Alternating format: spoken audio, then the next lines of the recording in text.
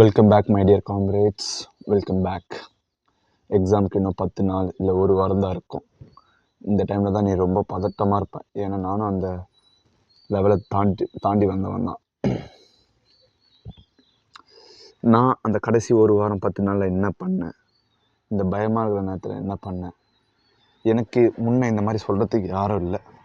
So என் எக்ஸ்பீரியன்ஸும் உங்ககிட்ட நான் share பண்ணுறேன். உனக்கு ஹெல்ப்ஃபுல்லாக இருக்கும்னு நினைக்கிறேன்.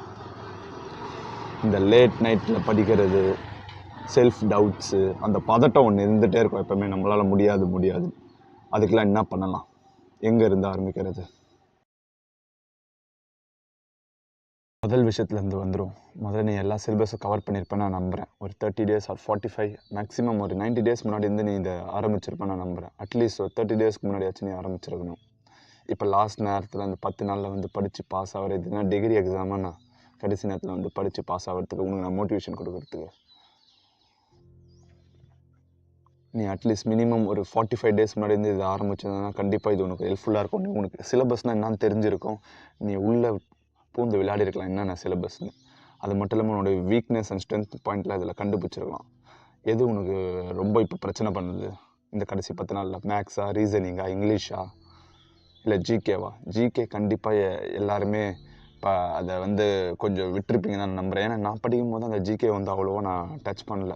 ஏன்னா அது ஒரு பெரிய கடல். அது படிக்கிற டைமில் நம்ம வேறு என்ன மேக்ஸ், ரீசனிங் போட்டிருக்கலாம் நான் யோசிச்சிருப்பேன். இப்போ கடைசி அந்த உன்னுடைய வீக்கஸ்ட் செக்ஷனை தான் நீ இப்போ கொஞ்சம் ஃபோக்கஸ் பண்ண வேண்டியதாக இருக்கும்.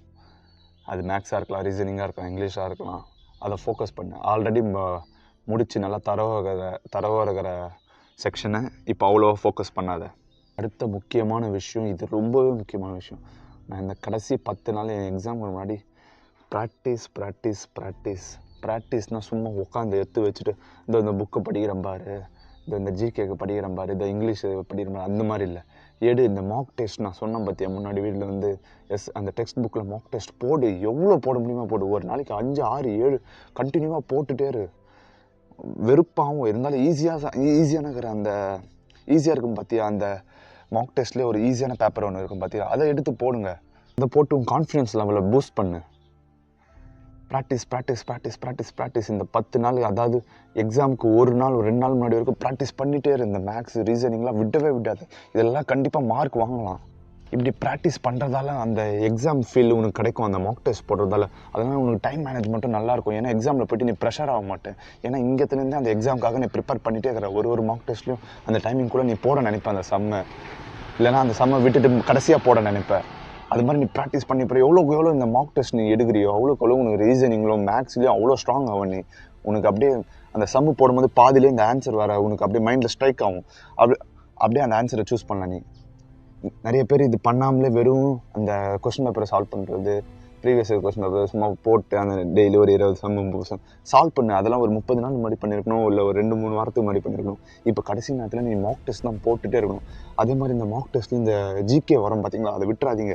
ஆன்சர் தப்பாக வந்தால் கூட அந்த ஜிகேயில் போட்டு அந்த ஆன்சர்லாம் படிங்க அப்படியே.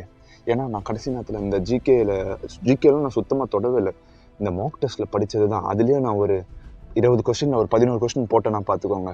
அடுத்து இவ்வளோவும் பண்ணிவிட்டு கடைசியாக ஒரு எக்ஸாமுக்கு 1 நாள் 2 நாள் முன்னாடி ரிவைஸ் பண்ணாமல் போகாது. தெரியும் நம்ம இவ்வளோ இந்த சப்ஜெக்டில் நல்லா ஸ்ட்ராங்காக, இந்த செக்ஷனில் ஸ்ட்ராங்காக தான் இருப்போம்னு தெரியும். அதை நீ வந்து வீக்காக இருக்கிற செக்ஷனில் ஃபோக்கஸ் பண்ணிட்டு கடைசியில் அந்த ஸ்ட்ராங்காக இருக்கிற சப்ஜெக்டை வந்து ஒரேடியாக விட்டு எக்ஸாமில் பார்த்துக்கலாம் மட்டும் நினைக்காத. ஒரு 2 நாள் முன்னாடி அந்த கான்செப்ட்லாம் எடு, மேக்ஸில் இருக்கிற அந்த ஃபார்முலாஸ்லாம் எழுதி வச்சுக்க ஒரு பேப்பரில். அது அப்படியே இருக்கட்டும் கையில். இப்போ காலைல எக்ஸாம் முன்னாடிலாம் அதை பார்த்துட்டு போ. எக்ஸாம் முன்னாடி நாள் கூட அந்த ஃபார்முலாலாம் ஒரு வாட்டி பார்த்துட்டே இரு, போட்டு பார்த்துனே இரு. உன் பக்கத்தில் இருக்கிறவங்க கிட்ட கேளு, உன் ஃப்ரெண்ட்ஸு ஆஸ்பிரண்ட்டாக இருப்பான் அவங்ககிட்ட கேளு இந்த ஃபார்முலாலாம் என்னென்னு. அப்படியே கேட்டு விளையாடிட்டே இருங்க அந்த ஃபார்முலா. இப்படி ரிவைஸ் பண்ணுறதால உனக்கு அந்த எக்ஸாமில் போய் ஸ்ட்ரைக் ஆகும் மண்டையில்.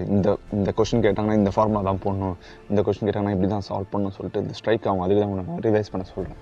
இவ்வளவும் கடைசியாக பண்ணிவிட்டு உன் ஹெல்த்தை மறந்துடாத. எக்ஸாமுக்கு முன்னாடி நாள் நல்லா தூங்கு. ஒரு 7 to 8 hours மேலே தூங்கு. ஒன்றுமே பிரச்சனையே இல்லை. சும்மா எக்ஸாம் முன்னாடி காலைல 4 மணிக்கு எழுஞ்சிக்கிறேன், அப்போ தான் படிக்க போகிறேன் ஃபாஸ்ட்டாக அப்படிலாம் பண்ணாத. ரிலாக்ஸ் பண்ணு ஃபுல்லாக.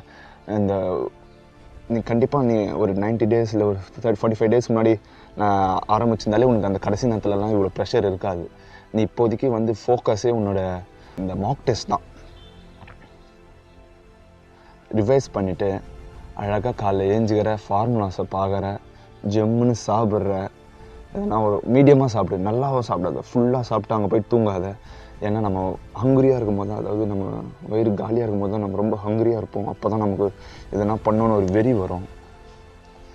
அந்த வெறியிலே நம்ம எல்லாத்தையும் அந்த நல்லா ரெஸ்ட் எடு. காலையில் ஜம்முன்னு லைட்டாக சாப்பிடு, எதனா ஒன்று, இட்லியோ இல்லை ஒரு சப்பாத்தியோ எதனா ஒரு லைட்டாக சாப்பிடு. சாப்பிட்டு தண்ணி நிறைய குடி. அதுக்குன்னு ரொம்ப குடிச்சிடாது, எக்ஸாம் ஹாலில் போயிட்டு ஒன்றுக்கெல்லாம் விட மாட்டாங்க. கேர்ளோ பாயோ யார் இதை பார்க்குறீங்களோ சரி, உங்கள் மேலே நம்பிக்கை வைங்க. உங்கள் மேலே நம்பிக்கை வச்சாலே பாதி கடலை நீங்கள் தாண்டிட்டீங்க.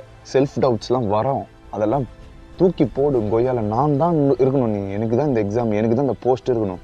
அப்படி இருந்தாலும் நீ பாதி கடலை தாண்டிட்டு அடுத்து நீ எக்ஸாம் எழுதும் போதே யோசிக்க ஆரம்பிக்கணும். கொய்யால இப்போ நான் நல்லா போகிறேன், அடுத்து ஃபிசிக்கலுக்கு நான் ரெடிடான்னு. அந்த மாதிரி மைண்ட் செட்டோட நீ உள்ளே போ. ஃபைனலி இதெல்லாம் தான் என்னுடைய கஷ்டமான பீரியடில் நான் கற்றுக்கிட்டேன். எக்ஸாம் நாள் அன்றைக்கி பேனிக்கே ஆகாத, உள்ளே போ. அழகாக ஃபிங்கர் பிரிண்ட் வச்சியா, ஆதார் கார்டு எல்லாத்தையும் செக் பண்ணாங்களா, உனக்கான சிஸ்டத்தை அலாட் பண்ணாங்களா, போய் உக்காரு. அதில் லாகின்லாம் பண்ணுவோம். ஃபர்ஸ்ட் அவனுடைய அந்த ரெஜிஸ்ட்ரேஷன் நம்பர்லாம் போட்டு லாகின் இன்ஸ்ட்ரக்ஷனை படி. ஒரு வாட்டி இங்கிலீஷில், ஹிந்தியில், தமிழில் எல்லாத்தையும் கேட்பாங்க. நீ கரெக்டாக இங்கிலீஷில் சூஸ் பண்ணுற, இங்கிலீஷில் எக்ஸாம் கொடுக்க போகிறேன்னா இங்கிலீஷில் சூஸ் பண்ணு, இல்லை தமிழில் கொடுக்க போகிறேன்னா தமிழில் சூஸ் பண்ணு. இந்தியெல்லாம் உனக்கு வராது, எனக்கு தெரியும், தெரியாதனமா இந்தியை குத்துற போகிற, அப்புறம் மயிரா போயிடும். ஒன்ஸ் அந்த எக்ஸாம் ஸ்டார்ட் ஆகும்போது நல்லா மூச்சு இழுத்து விட்டுட்டு, உனக்கு எந்த செக்ஷனில் ஸ்ட்ராங் ஆகிற உனக்கு தெரியும். இத்தனை நாள் நம்ம ப்ராக்டிஸ் பண்ணது, இங்கிலீஷில் நம்ம ஸ்ட்ராங்காக, ரீசனிங்கில் நம்ம ஸ்ட்ராங்காக, மேக்ஸில் நம்ம ஸ்ட்ராங்காக, இல்லை ஜிகேயில் நம்ம ஸ்ட்ராங்காக, எது வேணாலும் இருக்கலாம். எனக்கு என்னை பொறுத்த வரைக்கும் நான் இங்கிலீஷில் ஸ்ட்ராங்காக. ஏன்னா நான் படித்தது ஒரு சிபிஎஸ்சி ஸ்கூல், எனக்கு தெரியும் நான் இங்கிலீஷில் நல்லா பண்ணுவேன். நான் எடுத்த உடனே இங்கிலீஷ் சப்ஜெக்டை எடுத்து அந்த 20 கொஸ்டின் இங்கிலீஷில் போட ஆரம்பித்தேன். டக்குன்னு ஒரு 8 or 10 minutes அந்த இங்கிலீஷோட மொத்த செக்ஷனையுமே நான் முடிச்சிட்டேன். அதுக்கடுத்து அப்படியே ரீசனிங் போனேன். ஏன்னா அதுக்கடுத்து நான் இங்கிலீஷ் எடுத்து ரீசனிங்கில் ரொம்ப ஸ்ட்ராங்கு. அந்த ரீசனிங்கில் போய்ட்டு அந்த 20 கொஸ்டின் டப்புன்னு போட்டேன். அதுக்கடுத்து மேக்ஸுக்கு போனேன். எல்லாம் முடிச்சிட்டு அப்புறம் தான் நான் ஜிகேலே இறங்கினேன். உனக்கு எப்படியும் இதுக்கு எக்ஸாம் எழுதுறதுக்கு நடுவுலேயே உனக்கு தெரியும் சில கொஸ்டின்லாம் ரொம்ப டஃப்பாக இருக்கும். ஐயோ என்னடா இது சிலபஸ், அவுட் ஆஃப் சிலபஸ்லேருந்து கேட்டாங்களா, ஐயோ அளவுதான்டா, போச்சு. அதெல்லாம் நினைக்காத. அந்த கொஸ்டினை விட்டுட்டு அடுத்த கொஸ்டினுக்கு போக ஆரம்பி. கண்டிப்பாக 1, 2, 3 தொடர்ந்து அந்த 3 கொஸ்டின் அப்படி தான் இருக்கலாம். ஐயோ நமக்கு தான் இது தெரியாமல் போர்ஷனில் கேட்டாங்களே, நம்ம படிக்காமல் வந்துட்டோமோ அப்படி இருக்கும். அதெல்லாம் பயப்படாது. அடுத்த 3 கொஸ்டின் தெரியலனா 4வது கொஸ்டின் உங்களுக்கு கண்டிப்பாக தெரியும். ஏன்னா எல்லா கொஸ்டினும் இப்படி கேட்க மாட்டாங்க. இப்போ எக்ஸாம் விட்டு வெளியே வரும்போது நீங்கள் எல்லாருமே இந்த வீடியோக்கு மறுபடியும் வந்து கமெண்ட் பண்ணுறீங்க, செமையாக போட்டேன் ப்ரோ, செமையாக போட்டேன்டா அப்படின்னு. எனக்கு அதுதான் வேணும். நீ இப்போ கமெண்ட் பண்ணிட்டு போகிறேன் ப்ரோ, நான் செமையாக எழுதிட்டு வரேன்னு இப்போ கமெண்ட் பண்ணு. அதே மாதிரி எக்ஸாம் முடிச்சுட்டு வந்து மறுபடியும் இந்த வீடியோ பார்த்து எப்படி எழுதணும், எக்ஸாம் எப்படி எழுதுன்னு சொல்லிட்டு மறுபடியும் இந்த வீடியோக்கு கமெண்ட் பண்ணு. எல்லாத்தையும் பார்த்து நான் தெரிஞ்சுக்கிறேன். கண்டிப்பாக நீங்கள் உனக்கு தானே இந்த வேலை, யாருக்குமே இல்லைடா. யார் படிக்கிறீங்க, ஒரு கேர்ள் பாய் யாரை வேணால் இந்த வீடியோ பார்க்கலாம். உங்களுக்கு தான் இந்த வேலையே. உங்களுக்கு கிடைக்காம வேறு யாருக்கு போகுது இது? எக்ஸாம் ஹாலில் இந்த ஸ்ட்ரைக் ஆகணும்னா, இந்த சம்முக்காக நம்ம கரெக்டாக இந்த சம் போடும்போது இந்த ஆன்சர் தான் ஸ்ட்ரைக் ஆகணும், இந்த ஃபார்முலா ஸ்ட்ரைக் ஆகணும்னா ரிலன்ட்லெஸ்ஸாக ப்ராக்டிஸ் பண்ணு. அதாவது தொடர்ந்து ப்ராக்டிஸ் பண்ணிகிட்டே இரு. இப்போ இந்த வீடியோ உனக்கு கொஞ்சம் மோட்டிவேஷனாக உனக்கு ஒரு ஹோப் கொடுக்குற மாதிரி இருந்தால் சப்ஸ்கிரைப் பண்ணுங்கள், லைக் பண்ணுங்கள், உங்கள் ஃப்ரெண்ட்ஸோடு ஷேர் பண்ணுங்கள் இந்த வீடியோவை. ஃபைனலாக கடைசியாக ஒன்று சொல்கிறேன். என்ன இந்த எக்ஸாம் போயிட்டு போகும்போது உனக்கு டவுட் வந்துகிட்டே இருக்கும். அப்போல்லாம் ஒன்று சொல்லு, வந்தால் மழை போனால் மயிறு, போயிட்டேறா.